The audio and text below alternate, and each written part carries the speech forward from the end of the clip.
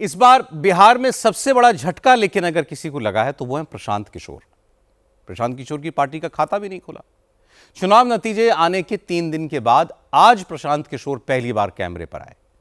चेहरे पर हार की हताशा साफ दिख रही थी।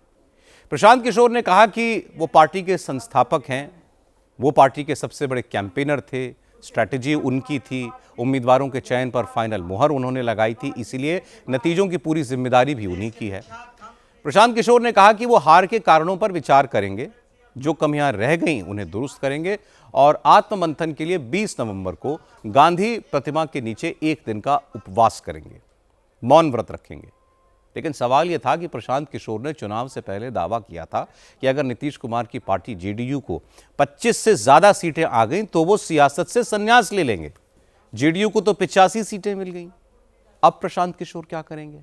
क्या अपने वादे के मुताबिक वो राजनीति छोड़ देंगे? इस सवाल पर प्रशांत किशोर ने कहा कि एनडीए को यह जीत रुपए बांटने की वजह से मिली है। प्रशांत किशोर ने कहा कि महिलाओं, जीविका दीदियों, बुजुर्गों, आंगनबाड़ी कार्यकर्ताओं समेत समाज के हर वर्ग के लोगों को पैसे बांट दिए गए और यह जीत की वजह थी। लेकिन फिर भी राजनीति से संन्यास लेने के लिए वो तैयार हैं, लेकिन बिहार नहीं छोड़ेंगे। बिहार के लोगों के लिए लड़ेंगे। एनडीए ने चुनाव में जो वादे किए हैं उन्हें पूरा करने के लिए अब वो इस सरकार को मजबूर करेंगे।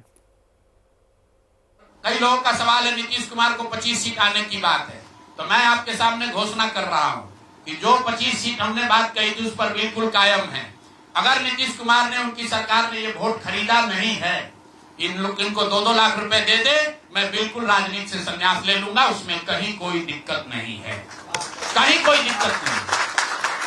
बिहार के 1.5 करोड़ लोगों को 2-2 लाख रुपया नीतीश कुमार दिलवा दे, मैं मान लूंगा कि हमारे आकलन में गलती थी, हमारी गलती थी।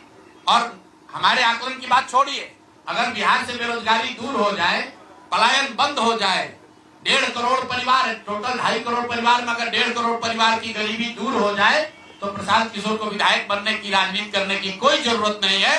हम दूसरा काम कर सकते हैं। तो आपका अगर ये सवाल है कि 25 सीट की बात है, बिल्कुल 25 सीट से ज्यादा नीतीश कुमार को ना आना चाहिए था, ना आता। एक ही फैक्टर है, ये पैसा बांटकर जो वोट आपने खरीदा है, खरीदने का आप पर इल्जाम है। तो इसको आप इतने 20 साल से आप मुख्यमंत्री हैं, तो आप इस इल्जाम को धो दीजिए। अगले 6 महीने में 1.5 करोड़ लोगों को, 1.5 करोड़ परिवार को स्वरोजगार की व्यवस्था कर दीजिए। और अगर नहीं कीजिएगा तो हम लोग यहीं पर हैं। मैं आपके सामने एक नंबर जारी कर रहा हूं, मेरा अपना व्यक्तिगत ऑफिस का 91-216, 91-216। जितने लोग हैं, जिनको भी 10,000 रुपया का बयाना नीतीश कुमार सरकार ने, अधिकारियों ने, जीविका की दीदियों के माध्यम से दिया है, इस आश्वासन के साथ कि अगर आप नीतीश कुमार को, एनडीए को वोट देंगे तो आपको 2 लाख रुपया 6 महीना में मिलेगा। तो मेरे भाई, अब समय चालू हो गया, आप आ गए हैं सत्ता में और हम लोग आराम से बैठे हुए हैं बिहार में। हर वो महिला, हर वो परिवार जिसको 2 लाख रुपया नहीं मिलता है, आप प्रशांत किशोर से संपर्क कीजिए, आप जन सुराज से संपर्क कीजिए।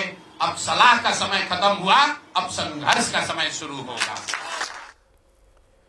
बिहार में प्रशांत किशोर ने मेहनत तो बहुत की थी, माहौल भी अच्छा बनाया था, लेकिन नतीजे देखकर प्रशांत किशोर को समझ आ गया होगा कि दूसरों को चुनाव लड़वाना, किसी पार्टी के लिए इलेक्शन की स्ट्रैटेजी बनाना और खुद अपनी पार्टी बनाकर चुनाव लड़ने में बहुत फर्क होता है।